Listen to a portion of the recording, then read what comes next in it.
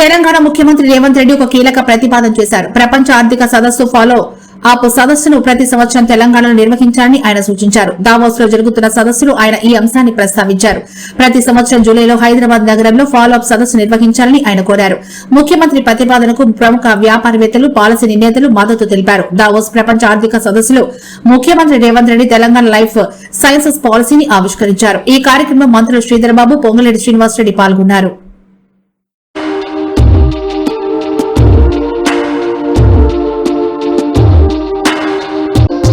BRS హయాంలో కూడా Davos పర్యటనలు జరిగాయి. కానీ అవన్నీ నాడు కేవలం ఆర్భాటాలకే పరిమితమయ్యాయి. ఫైళ్లు కదిలాయి కానీ ఫ్యాక్టరీలు రాలేదు. ప్రకటనలు వచ్చాయి కానీ ఉద్యోగాలు రాలేదు. రాజకీయ ప్రచారం కోసం, వ్యక్తిగత ఇమేజ్ కోసం చేసిన ఆ పర్యటనల వల్ల సామాన్యుడికి నాడు ఒరిగింది శూన్యం. కేవలం కొన్ని పారిశ్రామిక వర్గాలకే మేలు చేసేలా ఉన్న ఆనాటి విధానాలు రాష్ట్ర ఆర్థిక వ్యవస్థను మరింత కుంగదీశాయి. రెడ్డి గారు గల్లీ నుంచి ఢిల్లీ దాకా, ఢిల్లీ నుంచి దావోస్ దాకా మన ముఖ్యమంత్రి శ్రీ రేవంత్ రెడ్డి గారు వేస్తున్న ప్రతి అడుగు నవ తెలంగాణ ఆత్మ గౌరవానికి అద్దం పడుతుంది.